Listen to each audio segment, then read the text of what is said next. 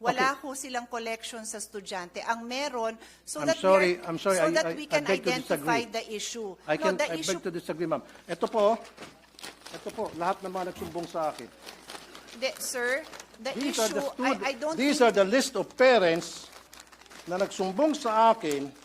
Pinuna ni Senador Raffy Tulfo noong Huwebes 9 ng Nobyembre, ang Department of Education, DepEd, sa paghingi ng pondo sa mga mag-aaral para makabili ng school supplies at appliances, tulad ng electric fan para magamit sa silid-aralar, sa pamamagitan ng Parents Teachers Association, PTA, dahil ang mga ito ay dapat ibigay ng ahensya.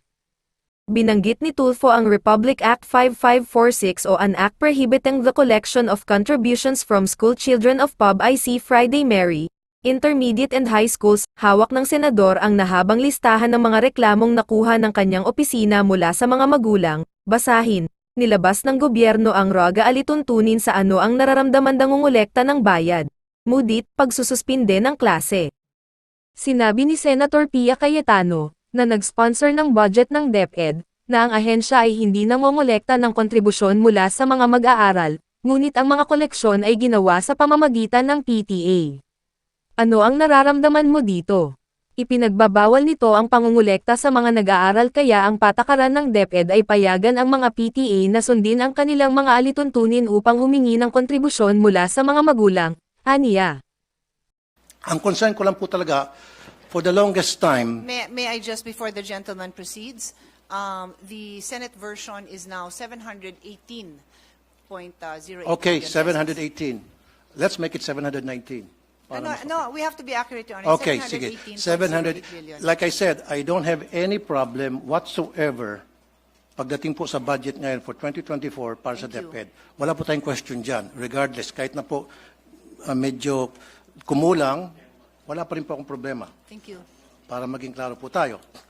Ang problema ko, ang issue ko lang po kasi, for so many years po, sa programa ko sa Wanted sa radyo, palagi po ako nakakatanggap ng reklamo mula sa mga magulang ng mga estudyante sa elementary at high school na karamihan sa kanila ay mga mag-aaral, mga magulang na mag-aaral ng mga security guard, kasambahay, factory worker, na sila po ay naobliga mag-contribute na required ng eskwelahan through PTA para sa iba't ibang mga pangangailangan tulad ng electric fan, tulad ng jobos, tulad ng bond paper, tulad ng pambayad para sa sweldo ng security guard, sweldo ng janitor, para sa utility bills, etc., etc., etc., na hindi po dapat dahil meron man po talaga budget ang DepEd dyan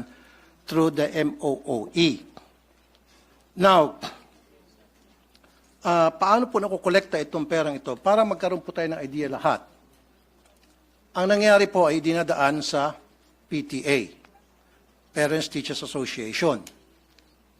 Now, pag-start po ng school year, nagpapatawag po ang PTA ng General Assembly.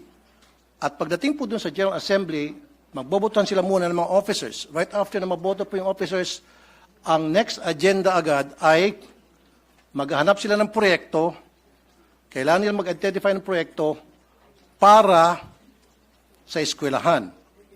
At ano po yung mga proyektong yon? Yun po yung mga gastusin na akin pong binanggit. Okay. Now, I want to put a stop to it. I really do. As much as possible during my watch as a senator of the Republic. Pero napagsabihan po ako noon na kung gusto ko pong baguhin yung pulisiya ng pangongolekta to PTA, gumawa po ako ng batas. Now, I don't have to dahil nakita ko na po, very clear na sa akin, na meron naman pala talagang batas. Kaya lang, yung batas na yun ay hindi na-implement. Republic Act 4206, noong 1965, na enact yan, which prohibits collection and even voluntary or otherwise from elementary schools sa public schools. except for Red Cross, except for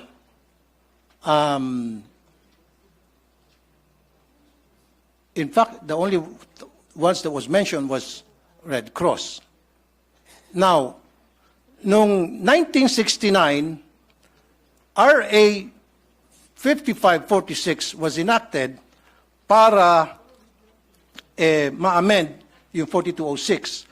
Dito po sa 5546, mas lalo naging malawak po yung prohibition sa collection. Maybe the good sponsor might want to react doon po sa dalawang batas na akin pong nabanggit. Thank you. Hello? Can you hear me? Yes, ma'am. Okay. Thank you, Mr. President. No, here. Change. Mr. President, the concern of the gentleman was raised during the hearing. And the Vice President Secretary of DepEd responded by mentioning Department Order number 49 series of 2022, which is a no-fee, no collection policy. Tama ba yun? No fee, no collection policy, which they are strictly implementing. And it was further discussed during that hearing that there is the PTA in almost every school that does their own fundraising efforts. And it being a parent-initiated organization, they are allowed to do that. So, in connection with the law that His Honor pointed out, that is exactly consistent with the department order of the department. But the which is a department no order colle- cannot if I may- supersede. if I may just right, continue, sorry, Your sorry. Honor. Okay. So the department order has the very same policy. No fee, no collection. The department and all their subordinates, meaning the teachers, are not allowed to initiate or to tolerate these collection efforts.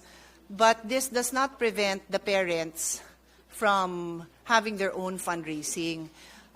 This system has been practiced for decades. Ayan, finally lumakas. This system has been practiced for decades, and it has been a private initiative of the parents that has allowed many projects to see the light. No, anything from gate, fencing, gardening, events. It's a PTA initiative, and I think that's why it was mentioned that if there is a desire to change that policy, there must be a law, because currently the DepEd order is consistent with the existing law mentioned by His Honor. Okay, Mr. President, may I ask the good sponsor kung sabihin niya sa akin yung bang department order na yon at saan po doon sa dalawang batas na binanggit ko, RA 4206 and RA 5546, alin doon na nagsasabing pinapayagan na mangolekta ang mga eskwelahan o mga magulang para sa kontribusyon sa eskwelahan. Can you please show it to me?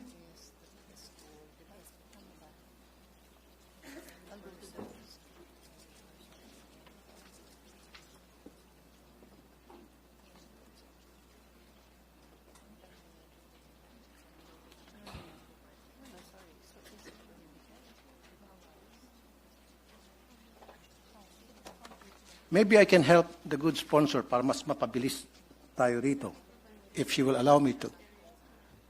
Your Honor, if His Honor can, Mr. President, if His Honor can give me a minute to just review, and then I will be happy to yield the floor, of course, anytime. Sure, session suspended for a minute.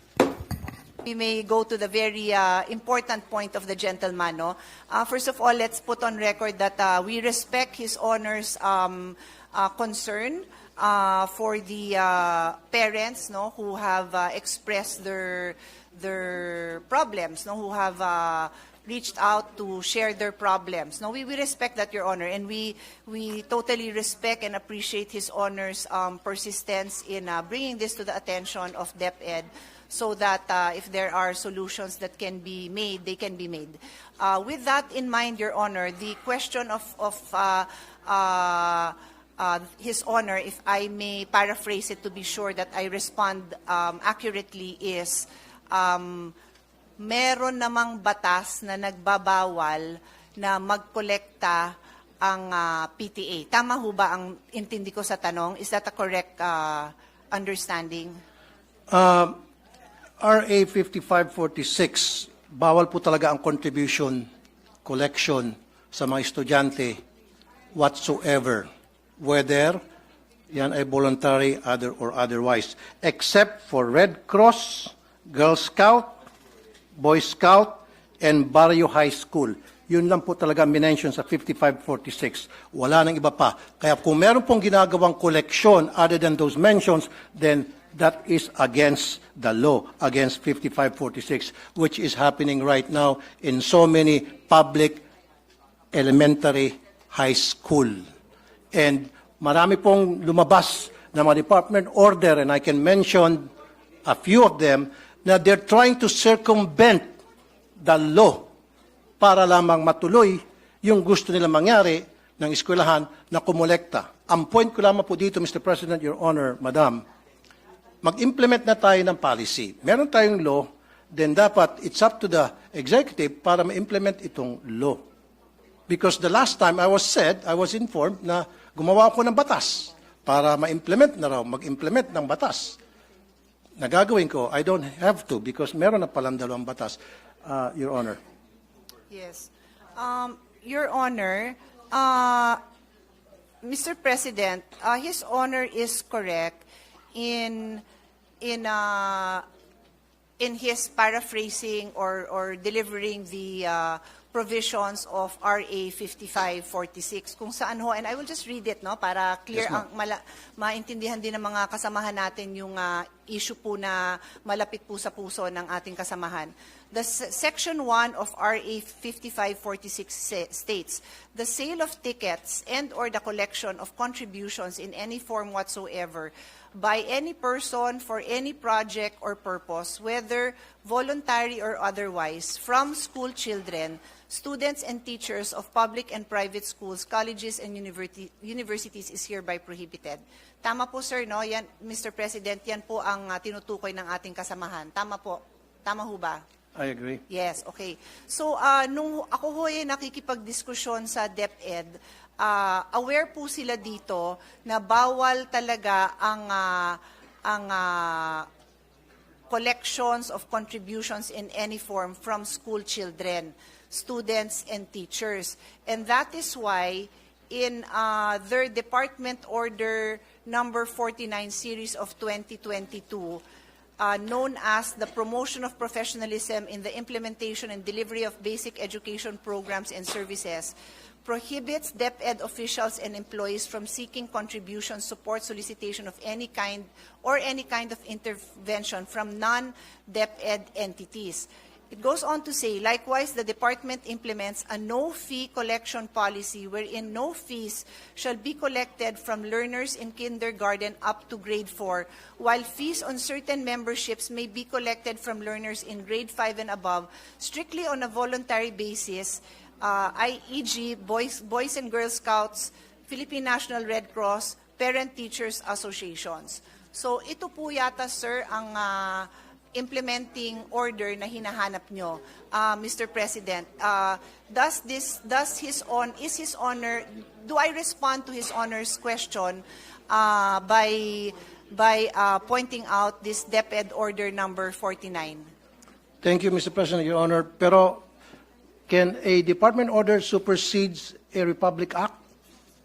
Mr. President, in my humble legal opinion, this department order is consistent with the law. But I am very open to hear His Honor's concerns kung meron dito sa department order na inconsistent, kasi isa po ako sa naniniwala na hindi talaga dapat nagsusupersede ang Correct. isang department order. We are one with that, and Thank you. let the record show that the minority floor leader is nodding his head because for more than a decade, magkakasama kami always reviewing this department orders. Hindi ho tayo Okay. nagtotolerate na nag-e-exceed. Exactly. So, nagkakaisa po tayo dyan, Mr. President. Pero dito po sa RA 5546, Mr. President, Your Honor, Madam, totally pinagbabawal ang any form of collections, voluntary or otherwise, except Red Cross, Girl Scout, Boy Scout, and then donors for the support of Barrio High School.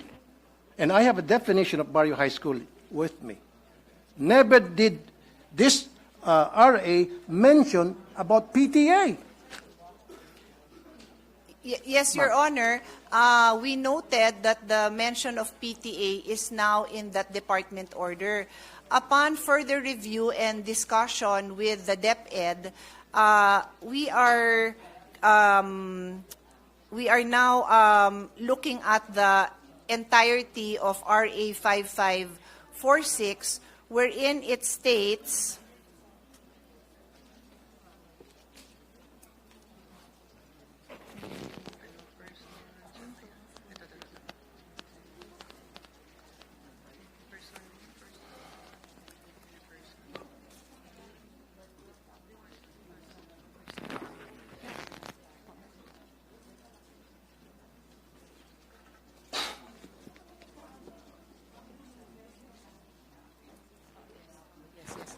Yes. Thank you. Mr. President, when we look at RA 5546, Section 1, and I will read it again, the sale of tickets and or the collection of contributions in any form whatsoever by any person for any project or purpose, whether voluntary or otherwise, from 1, school children, 2, students, and 3, teachers are hereby prohibited. So in the case of the PTA, Your Honor, what has been the policy of DepEd since 1969, just to be clear, it is not the policy of this administration alone, but since 1969, minana nila ang policy, is that there is a total ban on collection from the children, the school children, the students, and other teachers. But they recognize PTA as a separate entity that on their own have their own rules and guidelines, and may on their own come up with fundraisings that are voluntary in nature. Fundraisings. Okay. Well, Can you- just to be clear, Your Honor, Okay. that is my own choice of words, That's Mr. your own choice of President, words. yung fundraising. No? I Okay. use it generically po, Madam, Mr. President. meron ba diyang batas na kung saan, batas tayo, dinidefine ang meaning and function ng PTA? Alam niyo po ba yun? Dito na meron? sa RA 5546, wala hong banggit Wala. ng PTA. Tama. Wala Pero po. I will ask DepEd if there are No, any don't other... ask DepEd. Ako na you pong don't bahala. need to know. Okay. Ako nang bahala. Yes, Mr. President. PD 603, December 10, 1974, dinefine ang meaning ng PTA. At nowhere here na nagsasabi ang PTA pwedeng mangolekta. Ang sinasabi rito, ang PTA isang programa, samahan, na para tulungan ng mga estudyante sa kanilang academic performance. Kung ano mga problema ng estudyante, anong problema ng mga magulang at teachers tungkol sa estudyante to enhance their participation sa eskwelahan, yun po yung purpose. Look at PD 603, ma'am. I'll give you a minute. PD 603, December 10, 1974. It is a forum being provided by the law para yung mga magulang at ng mga estudyante at guro ay magkaroon ng pagkakataon mapag-usapan yung welfare ng mga estudyante. Yung pong pinakabuod. Never doon sa PD na yan did mention na pwedeng mangolekta ang PTA ng contribution o collection para sa mga proyekto ng anumang mga proyekto sa isang eskwelahan. Yes. Mr. President, I will respond to his Honor's observation on the definition of PTA. Umpisahan ko po kung ano tong PD 603, no? This is the Child and Welfare Code. Familiar po tayo dyan. It's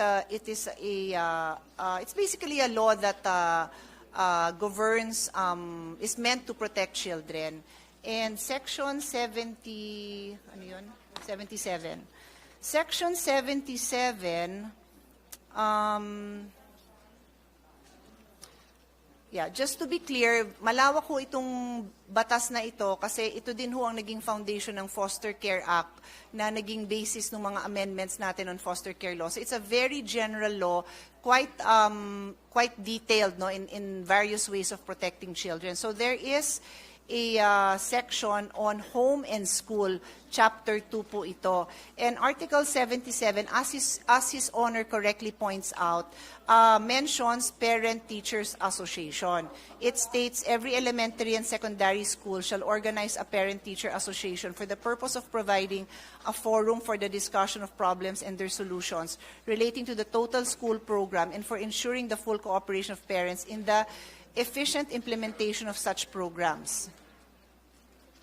All parents who have children enrolled in a school are encouraged to be active members of its PTA and to comply with whatever obligation and responsibility such membership entails.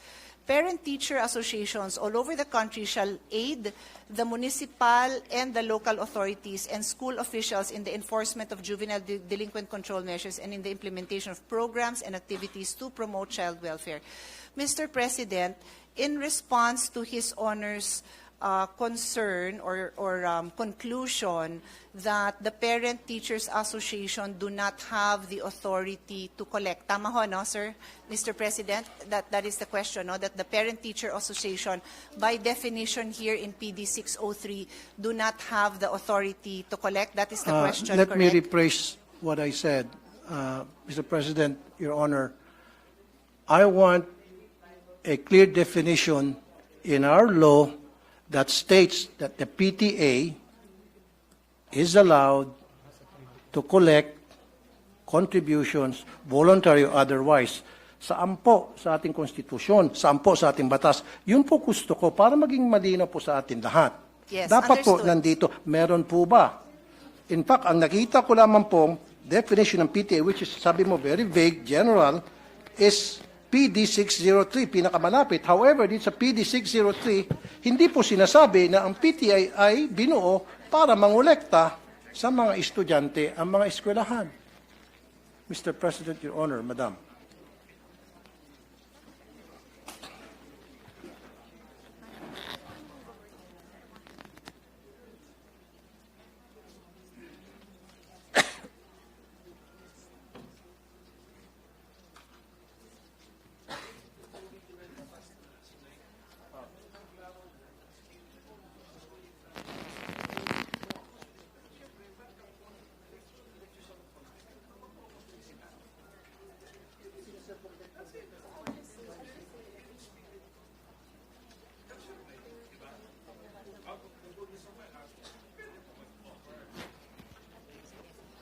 Mr. President, I just needed to confer with DepEd if tama po ang intindi ko.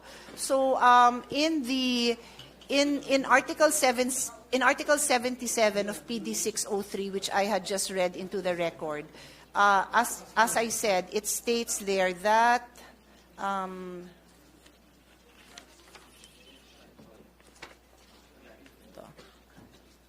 that every elementary school shall organize ito nga hong PTA relating to the total school program to ensure full cooperation of parents in the efficient implementation of such programs.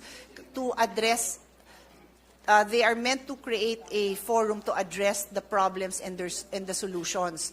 So the practice of DepEd has been to support to allow the PTA to follow the mandate of Article 77, and if they need to raise funds to be able to address these problems and solutions, including the implementation of the programs, then they are governed by their own guidelines in implementing those I'm programs, sorry, Mr. including yung at tapusin ko lang po, Sige po. including yung fundraising. Yan po ang naging practice ng DepEd since 1969 po. Practice is different from what the law says. You can practice anything you want. Pwede mag-practice ang DepEd. Lahat ng klaseng practice na gusto nila. Pero dapat nandoon sa batas. Pero kung wala sa batas yan, then yung practice na yon ay labag sa batas. There is actually, Mr. President, no sandali po. prohibition. Sinabi mo kasi, Madam, fundraising. So pwede mag-fundraising ang DepEd. It's been a practice through the DepEd, magkakaroon silang fundraising under PD 603. Pero, Mr. President, Your Honor, sa PD 603, wala talaga ako makita rito, kahit na letter by letter, tinitingnan ko, wala talaga nagsabi rito na pwede mag-fundraising, na pwedeng humingi ng contribution, humingi ng tinatawag na voluntary contribution. Wala talaga. So it seems to me na yung DepEd ay gumagawa-gawa ng sarili nila ng guidelines sa isang batas. Gumagawa sila ng sarili nilang IRR. Mr. President, I'll go back to what the Republic Act states. It prohibits collection and contribution from students. And so the policy of DepEd has been to allow the PTAs to follow their own guidelines wherein contributions among the parents are allowed. So Okay. to be clear, just to be clear, Mr. President, importante po na maliwanag yung pagsagot ko sa napakamahalagang tanong ng ating kasamahan. Bawal talaga ang pagkolekta sa estudyante, and that is being honored by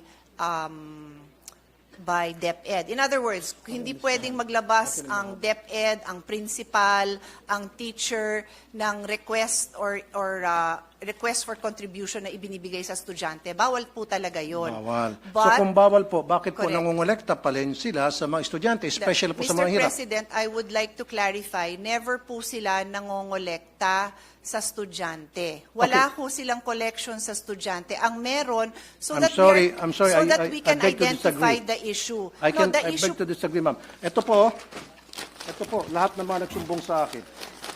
sir, the These are issue, the I don't These think are the list of parents na nagsumbong sa akin, iba't ibang eskwelahan sa buong Pilipinas, na kung saan sila po ay sa pilitang kinukolektahan ng mga electric fan at kung ano pang mga gamit sa eskwelahan, na meron man pong budget sa MOE ang DepEd for those things. Yes. Mr. President, first of all, may I request that that list is Yes, submitted I'll be so more than that happy to we give it to can you. give it to DepEd kasi I believe they have committed in the hearing pa lang na any violation po, iimbestigahan naman po nila. They made that commitment po. The only item left for the discussion on the floor right now is yung authority mismo ng PTA. So any direct contribution o collection sa estudyante, talaga hong iimbestigahan nila. So tama, ang pagkaintindi ko, Mr. President, sa issue is, so si PTA ba pwedeng mangolekta? And ang sinasabi po sa atin ng DepEd, the policy since 1969 has been to recognize the PTA's authority to decide among themselves. They have their own rules, they have their own guidelines to do their fundraising, that is a generic term that I'm using, among the parents. Hindi to sa bata, hindi apektado yung pagpasok ng bata, hindi apektado ang grade ng bata. Bakit ginagawa ng parents yun? Kasi kulang ang pondo. Yung sinabi ng ating kasamahan na nasa MOOE yan, meron yan pambili ng electric fan, idagdag ko na rin doon, ano yung mga kakulangan, di ba? Yung pagpaganda ng garden, driveway, entrance, kung ano pa man. Lahat naman po yan nilalagyan ng MOOE. Pero if I may call the attention of our chairman, talaga naman wala na ho tayo, nagbibigay ho tayo ng maraming pondo, but hindi ho talaga nakokompleto, no? In fact, ako na magsasabi, because baka may magtanong, yung mga repairs, no? Pagpalagay mo ng may electric fan dun sa loob ng classroom, o di kaya yung picture na pinakita ni Senator Bongo, medyo bumagsak yung kisame, lahat po yun falls under repairs of basic facilities. Pero, natanggalan po yan ng pondo, na ilipat po sa ibang pondo yan, hindi ho ng Senado. So may mga issue pong ganyan. I think, I want to assure our colleague that hanggat makakaya, sinusuportahan ng ating chairman yung ating recommendation to increase the MOOE. So that basic principle, I think everyone in the Senate supports His Honor, na mapondohan sana ng lahat na yan. So, remaining na lang po yan kung ano ho, hanggang saan ang kakayahan ng PTA to among themselves decide to fundraise parent to parent. I cannot add to my answer kasi yan po ang policy. Hindi ko naman ho kayo bobolahin, Mr. President, na iba yung policy. Yan po ang policy na ginagamit po nila. So kung may recommendations, suggestions ang ating kasamahan, this representation is happy to relay at nandito naman ang DepEd para pakinggan ang mga suggestion ng ating kasamahan. Thank you, Mr. President. Thank you, the good sponsor, Honorable Congresswoman Pia Cayetano, Senator Pia Cayetano, sorry. Thank you. Pero gusto ko lang pong balikan, Mr. President, Your Honor, yung sinabi mo, it's been a long time practice. Tama? Policy po. Policy, okay, sige. I stand corrected. It's been a long time policy na pinapractice sa DepEd for so many years na ilan sa atin hindi pa pinapanganak dito. Of course, ako pinanganak na ako dyan. Pero dapat a policy should be dictated by the law. So is there a law na kung saan sinasang-ayunan ng policy na sinasabi nyo matagal na pinapractice ng mga taga-DepEd? Dapat lahat ng mga bagay na ginagawa sa ating mga eskwelahan, lalo sa DepEd, na who's receiving lots and lots of budget by the billions, dapat nandoon nakasaad sa batas. Hindi pwede po silang gagawa-gawa ng sarili ng policy na wala po sa batas. Dapat lahat po ng polisiya nandoon po